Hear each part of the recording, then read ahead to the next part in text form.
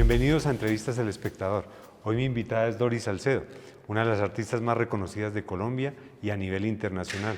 Tenemos el honor de visitar su taller. Gracias, Doris, por Bienvenidos, recibirnos. un placer tenerte aquí en nuestro proyecto. Bueno, Doris, vine acá por la noticia del premio Imperial que te dieron en Japón y me encuentro con un trabajo impresionante que estás haciendo, pero primero quería saber qué significa para ti ese premio a vida y obra de la familia imperial japonesa. Bueno, yo pienso que los premios que se le otorgan, yo no digo a mí, sino a mi obra, lo que hacen es reconocer la experiencia de las víctimas y por eso son importantes, porque son experiencias que olvidamos, que ignoramos intencionalmente, que con toda claridad abandonamos. Entonces estos momentos pues ponen un poquito de luz sobre esas experiencias y por eso son valiosos. Recordé precisamente a raíz de este premio todo lo que tú haces en este sentido porque le acaban de dar el Nobel de Paz a las víctimas de las explosiones nucleares en Japón. ¿Qué sentiste cuando anunciaron ese premio? Me parece importantísimo porque todo lo que se haga en contra de la guerra, en un momento en el que lo único que vemos es guerra, guerras brutales, ensordecedoras, que están estallando simultáneamente en tantos lugares, es que es casi incontable. Empieza uno, por todo el planeta hay guerras y la amenaza nuclear está más viva que nunca. Cuando hace unos 20 años pensábamos que era impensable. Entonces es importantísimo eso para todos nosotros y ojalá nos diera algo de conciencia acerca del horror de la guerra en general y de la nuclear aún más, en un punto en que estamos destruyendo el planeta, ¿no? Hemos visto que solamente en Gaza se han detonado tantos explosivos como en las bombas nucleares de Hiroshima y Nagasaki. Entonces, no solo lo que eso le está haciendo a cada ser humano, sino al mundo. Es muy dramático. Tú llevas más de 40 años dedicada a este tema que a veces como que preferimos dejar a un lado para no saturarnos de tanta violencia, pero tu llamado siempre ha sido a no olvidar a las víctimas, a poner el arte frente a la barbarie. ¿Y qué significa que te reconozcan eso? Más de 4 décadas dedicada a insistir en la memoria, en la honra de las víctimas. Creo que a veces cuando uno vive en un mundo tan violento, rodeado de guerra, uno se pregunta qué sentido tiene hacer arte en medio de la catástrofe. Y en la medida en que las catástrofes se multiplican, pues la pregunta se hace cada vez más imperiosa. A mí me parece que para buscar esa respuesta hay que saber qué efecto puede tener el arte en la sociedad. Yo creo sinceramente que el arte nos permite asomarnos al abismo del horror que viven las víctimas, pero de una forma sutil, de una forma diferente, de una forma poética, de una forma en la cual la imaginación es lo que prima. Y todo ese cúmulo de enunciados que nos presenta el arte le permiten al ser humano entender que hay otras versiones de la realidad diferentes a la que nos imponen los políticos o todos estos discursos autoritarios. Entonces, le permiten al ser humano encontrar nuevas formas de hacer, de pensar, de comprender, y por eso es tan importante el arte en estas épocas de crisis. Claro. Todo lo que está pasando en el mundo a nivel de violencia lo lleva a uno a pensar en la fragilidad del ser humano, producto precisamente de eso. Y cuando llego aquí me encuentro con esta tremenda obra que estás trabajando, que es como la no casa, como mostrar la fragilidad del ser humano a partir de la esencia que es su hogar. Todos trabajamos y pensamos como un objetivo de vida en tener una casa. Tú has decidido meterte a esa metáfora para hacernos pensar desde el valor de una casa, el significado de la vida humana y la dignidad humana desde allí. ¿Nos puedes contar un poco lo que está detrás nuestro? Bueno, lo que estamos aquí haciendo con un equipo maravilloso de 53 personas, de todos profesionales entregados a este proyecto, es construir como el fantasma de una casa. Hay momentos y uno piensa en los uigur en China o en los Rohingya en Myanmar, o uno piensa lo que viven las personas en Siria o en Gaza, lo que están viviendo las personas en Sudán, en los que están ya en una ciudad como Khartoum que está completamente destruida, o incluso lo que vivieron las víctimas aquí en Colombia en terribles masacres como la masacre del Aro, donde la intención es destruir la casa para destruir la esencia del ser humano, para crear sufrimiento en las víctimas. Entonces yo me pongo a pensar qué significa estar uno en un lugar que está completamente destruido. Está destruida tu casa, tu familia, tu barrio, tu ciudad. De hecho, todos los referentes que tenías están destruidos y solamente estás sumido en una desorientación completa. Y sin embargo, en esos momentos los seres humanos necesitamos casa. Necesitamos casa para pensar, para ser, para tener vida, para ser humanos. Y cuando esa posibilidad desaparece, cuando ya no existe, como en Gaza, que no existe un terreno donde construir porque todo está terriblemente viciado, donde ya no hay ladrillos, donde ya no hay varillas, donde no hay cemento, donde la posibilidad de no hay madera, no existe esa posibilidad de construir una casa, ¿qué le queda al ser humano? Como nos dice Emmanuel Levinas, lo único que le queda al ser humano es como la vulnerabilidad de su piel, de su ser. Un ser humano que lo único que le queda es su cuerpo. Entonces yo pensaba, no abdicamos como seres humanos jamás a la idea de tener casa, a la necesidad de tener casa.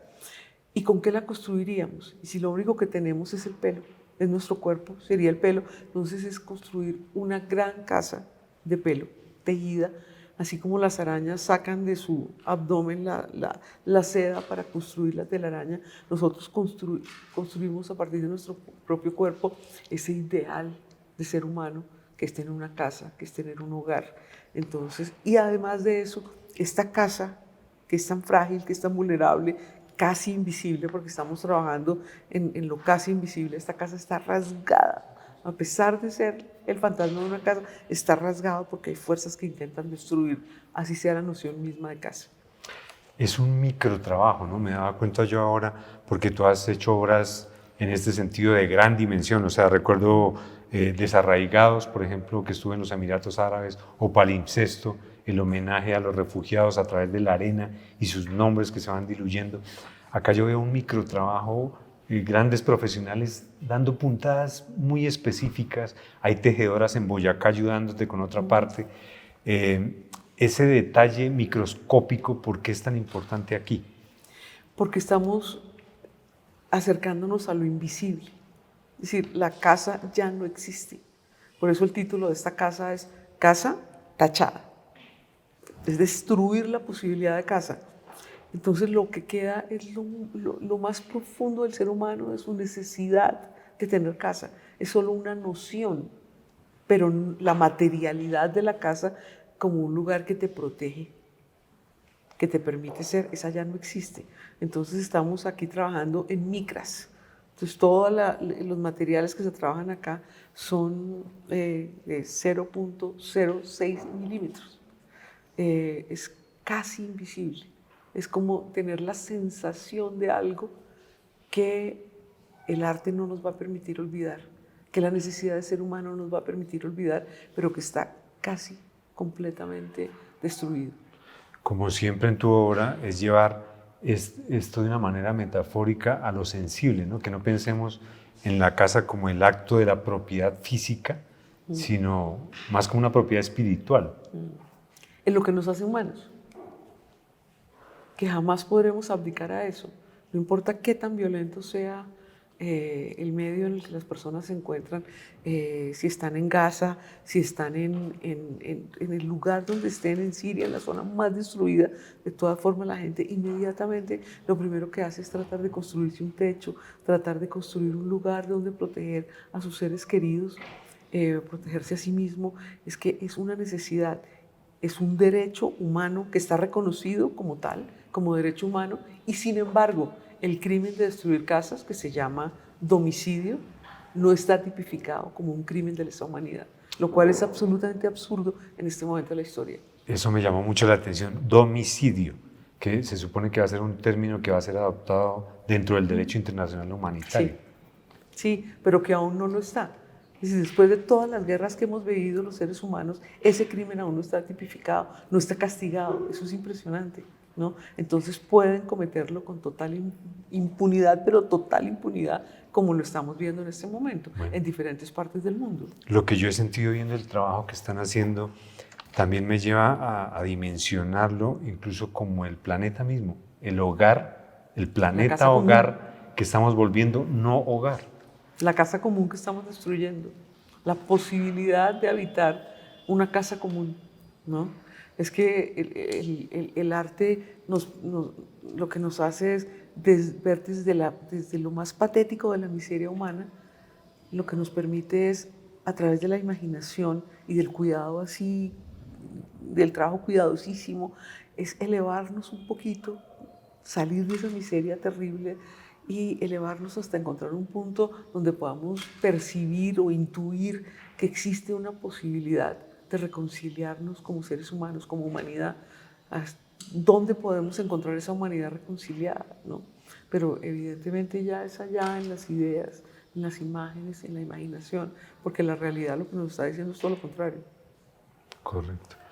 Pero esa fragilidad me interesa, ¿no? Porque no es, veo uno un misil disparado en la franja de Gaza y entonces uno dice, wow, el daño que produce, lo frágiles que podemos ser ante una violencia de ese tipo, pero tú estás trabajando desde esa fragilidad para dimensionar lo que estamos viviendo. Hannah Arendt dice una cosa muy bella, dice que lo más humano surge como en contra de todas las probabilidades matemáticas, dice que lo puramente humano surge casi como un milagro, ¿no? Y yo creo que es desde ahí donde deberíamos trabajar. Eso es con gran delicadeza, como un milagro, lo que es esencial para el ser humano. Claro. Y ya completas un año de trabajo con 53 profesionales ayudándote. Sí. Y según me cuentas, falta otro año de trabajo para terminar esta casa de telarañas, esta no casa, y que será expuesta probablemente en Nueva York. ¿Cuál es el plan el año entrante? Sí, a mí lo que me interesa más que dónde mostrar, etcétera, lo que me interesa es que hay desde Colombia un grupo de personas dedicadas a hacer una obra que tiene que ver con la experiencia de seres que se encuentran en otros lugares del planeta, ¿no? Yo pienso que esto no tiene que ver con nacionalismo, no es solamente estrictamente las víctimas o lo que ocurre en Colombia, sino que lo que ya creo que debemos percibir los seres humanos es que somos un grupo relativamente pequeño, que deberíamos todos preocuparnos por lo que ocurre en diferentes partes del planeta. Entonces, saber que desde Colombia, un país donde nos han deshumanizado porque somos o guerrilleros paramilitares o somos considerados narcotraficantes, desde esa no humanidad con la que cargamos, con ese castigo colectivo que cargamos, estamos viendo lo que está pasando en todo el planeta, de tal manera que humanizamos a los seres que están sufriendo allá en otros lugares, pero nosotros también nos humanizamos. Entonces es esencial producir obra desde Colombia. Colombia es un país que no solamente produce coca, etcétera, etcétera, y horror, sino que producimos también pensamiento, y pensamiento delicado. Correcto. Precisamente me impactó ver tu terraza aquí en el taller, porque ahí tienes otra obra en la que has venido trabajando con una paciencia infinita como esto, más infinita, 4 años, configurando ese bosque de ausencias, que es un homenaje a la memoria de esas víctimas de la migración. Sí. El mundo está lleno de migrantes, producto también de guerras, producto del cambio climático, y tú tienes ahí un bosque de sillas que tiene un significado especial y que te ha tocado trabajar de jardinera también. ¿Cómo ha sido eso? Es comprender que hay casi 1 billón de personas en movimiento en este momento, entre desplazados internos y personas que migran a diferentes países. De ese millón de personas, hay una gran cantidad que han sido obligadas a morir en no lugares, en los desiertos, en el mar, en tránsito, en no casas, exacto, debajo de un camión, agarrados a un tren, en movimiento, es decir, en lugares donde el ser humano no puede vivir. Entonces, como han sido obligados a morir en los lugares, como durante la vida no tuvieron derecho a poseer un lugar, lo que yo quisiera es darles un lugar de memoria. Entonces ese bosque de ausencias lo que busca es construir unos asientos con 4 arbolitos cada asiento que van formando una silla que es expectante, que espera la llegada de alguien que no va a llegar, y sin embargo le otorgamos a ese ser que no tuvo un lugar en vida, un lugar durante la muerte. Ellos tienen un lugar donde puede ser memorializada su existencia. Claro. Y es una silla formal, un árbol podado en técnica bonsai, que es una silla real de hojas y ramas, y me encanta que termina como en una corona, que es el árbol mismo, sí, expandiéndose. Sí, son esculturas vivas. Como te decía antes, yo creo que los escultores tenemos una responsabilidad también con el medio ambiente. No podemos trabajar con cualquier material, no podemos polucionar.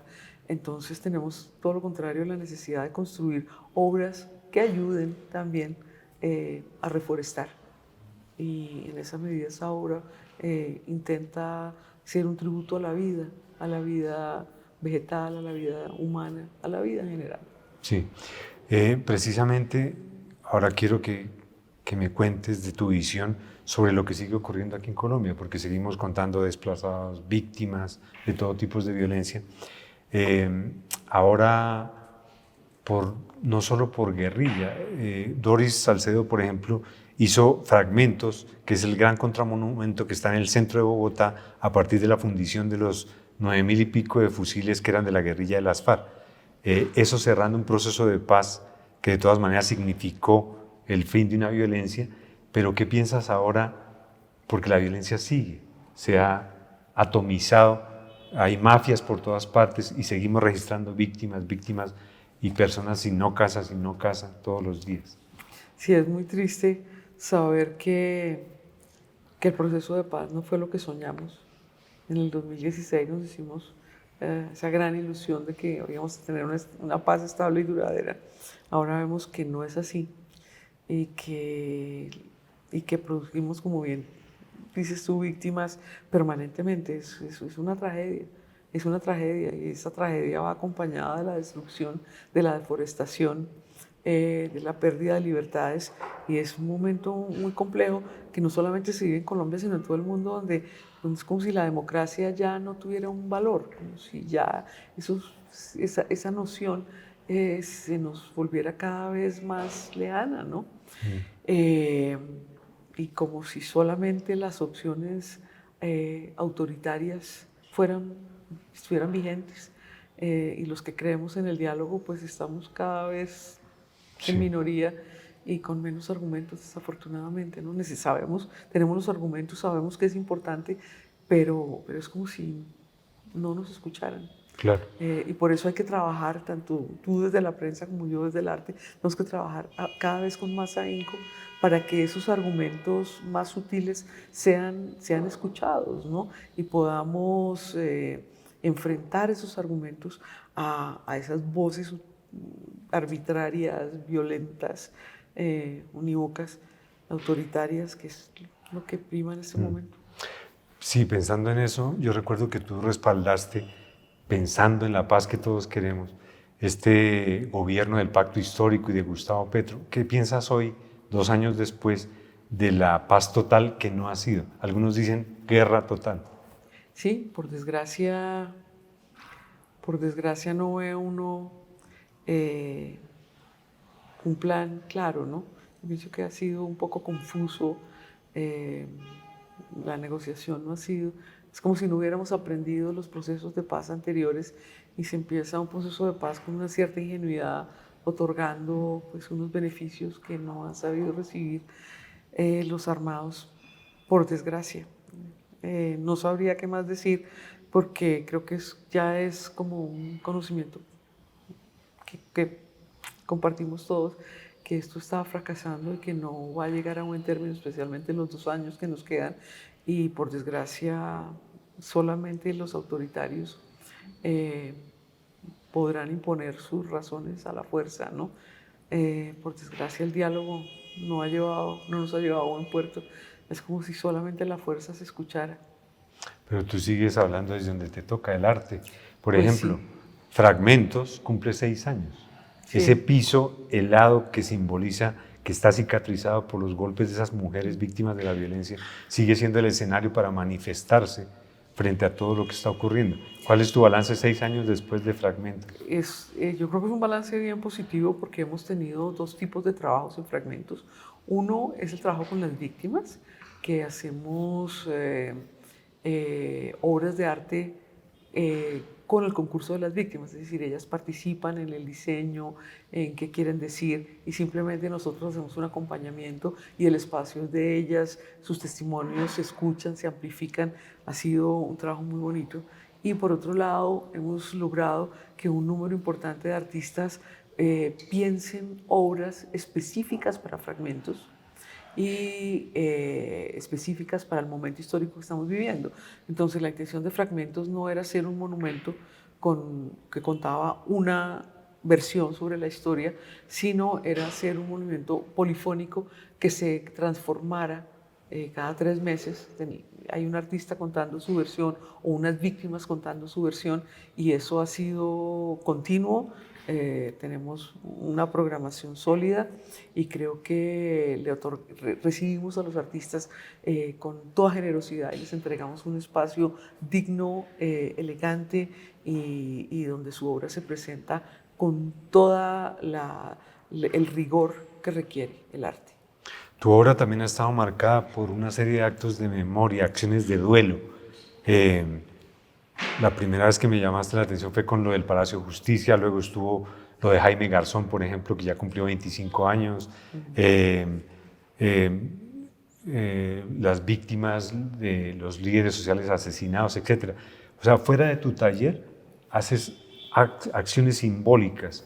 ¿Estás pensando en alguna o...? No, en este momento no. Esas obras que hago en el espacio público son obras que en muchos casos responden a actos inmediatos. No, en este momento estoy demasiado enredada tratando de solucionar esta obra. Sí, estoy enredada en la telaraña. Entonces no tengo planes para hacer obras, porque además yo considero que el espacio público le pertenece a todos los artistas y ojalá artistas jóvenes se lo tomaran, ¿no? Claro, pero te ha tocado sacar espacio porque te siguen otorgando premios. Este año también te dieron el doctorado honoris causa en la Universidad Tadeo Lozano, de donde eres maestra de arte, y ya lo había recibido de la Complutense. Sí. ¿Eso qué significa para ti a estas alturas de la vida? No, lo mismo que estaba diciendo, lo mismo que ya te había dicho, es un reconocimiento a la experiencia de las víctimas. Yo no lo tomo como un reconocimiento a mí, sino al trabajo colectivo que hacemos aquí en el estudio y al trabajo que... Es decir, la víctima es un interlocutor y es un colaborador de la obra que se hace aquí. En esta obra yo lo único que hago es recoger lo que está ocurriendo, lo que veo, lo que oigo, lo que escucho y todo eso aquí se compagina, ¿no? Entonces yo pienso que es importante entender que el trabajo es colectivo. El papel, por ejemplo, de los artistas jóvenes, acá veo muchos profesionales jóvenes, puede ser trascendental y definitivo en las manifestaciones de arte. Claro, bueno, es esencial que los artistas jóvenes estén trabajando porque ya los viejos tenemos una mirada del mundo, pero esa es la nuestra y esa tiene que ir transformándose día a día y cada generación tiene su mirada. Esa es la intención de Fragmentos, que no era la mirada mía de una artista vieja, sino que se va transformando cada mes, cada 2 meses, cada 3 meses, de acuerdo a los jóvenes y es lo que los jóvenes quieran poner ahí. Necesitamos el arte joven. ¿Y qué has pensado de lo que está ocurriendo, por ejemplo, con la inteligencia artificial frente al arte? ¿También va a impactar? Yo creo que, claro que impacta, como en su momento impactó la fotografía, como en su momento impactó el video. Claro que sí, el arte se va transformando. No creo que lo elimine. Siempre se decía que la fotografía o el video eliminaban la pintura. No es cierto, la pintura sigue viva. Pienso que son herramientas que los artistas podrán utilizar a su acomodo y pueden enriquecer y dar una mirada diferente. ¿Y cómo has visto el desarrollo de ese mundo actualmente? Porque, por ejemplo, acaba de realizarse Arbo y uno va e intenta asimilar todo lo que está ocurriendo y uno dice cómo buscar el punto de equilibrio entre ese factor comercial y la pureza del arte mismo. ¿Cómo ves las ferias y todo lo que se está moviendo acá? Yo creo que eso sí lo decía Joseph Beuys desde hace muchos años, de la década del 80, está diciendo que pues, la gente que siembra papas vende papas y tiene que vivir de eso. Yo pienso que el artista tiene que vivir de su obra.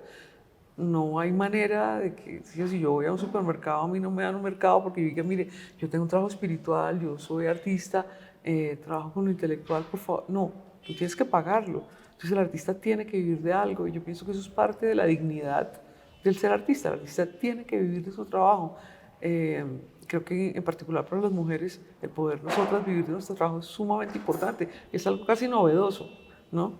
Entonces yo no veo ahí un problema. Evidentemente si hay un exceso de comercialización, si hay un exceso, todos los excesos son nocivos, pero en principio pienso que el artista tiene que vivir de su trabajo y creo que esa es una posibilidad que por ejemplo Árbol está dando a los artistas jóvenes que yo valoro. Bueno, pero para que Doris haga todo esto que vemos acá atrás, no es solo basado en la experiencia y el espíritu que la caracteriza a ella, sino que ella vive estudiando. Ahora me estabas contando que estás leyendo mucha filosofía para poder darle fuerza espiritual a este trabajo. Sí, yo pienso que el pensamiento es importante y el pensamiento no se le ocurre a una sola persona. Pienso que el pensamiento es de una época. Entonces es importante estar siempre enterado, siempre leyendo acerca de qué se está escribiendo y qué están pensando otras personas.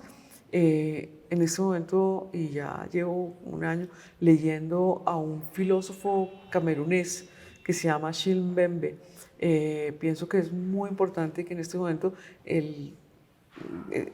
sea un filósofo africano el que está considerado como el filósofo más importante de esta época. Y ha tenido la osadía de escribir un libro maravilloso que se llama La crítica de la razón negra. Es una respuesta a toda la filosofía occidental y es un estudio acerca de lo que significa el ser africano en este mundo racista y pensar la realidad desde África. Y él dice que todos estamos volviéndonos un poco africanos, ¿no? El devenir africano de todos los seres humanos, incluso de los blancos pobres, de los latinos, de todos, estamos siendo tratados como objetos, estamos siendo brutalizados. Y bueno, hay una serie de libros muy interesantes. Bueno, brutalidad, un tema que cruza por acá, pero ¿eso te abre caminos aquí, en tu taller? Claro. Yo sí pienso, como decía Foucault, que la filosofía es una caja de herramientas. Uno lee y estudia y toma decisiones con respecto a lo que estudia.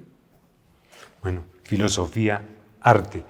La visión de Doris Salcedo del mundo de hoy a través de su trabajo. Gracias por permitirnos visitarte. Gracias a ti. Gracias a ustedes por seguir Entrevistas El Espectador.